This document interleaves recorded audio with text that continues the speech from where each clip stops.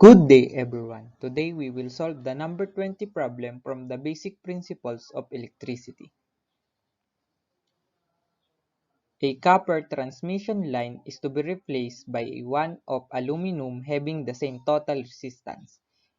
If the cross-sectional area of the copper wire is 500 mcm, what would be the cross-sectional area of the new aluminum wire?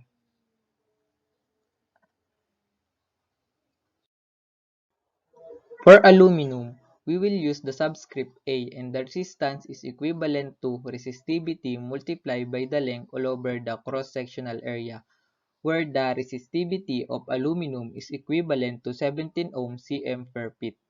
For copper, we will use the subscript C and its resistance is equivalent to resistivity multiplied by length all over cross-sectional area, and the resistivity of copper is equivalent to 10.37 ohm cm per feet.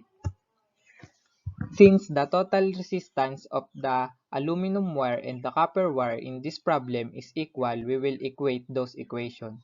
And we will come up with the formula resistivity multiplied by length all over cross-sectional area of aluminum is equivalent to the resistivity multiplied by length all over cross-sectional area of copper.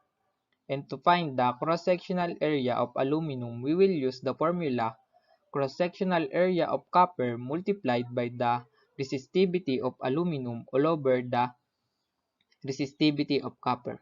We will get this formula by manipulating the formula of when we equate the resistance of aluminum and resistance of copper.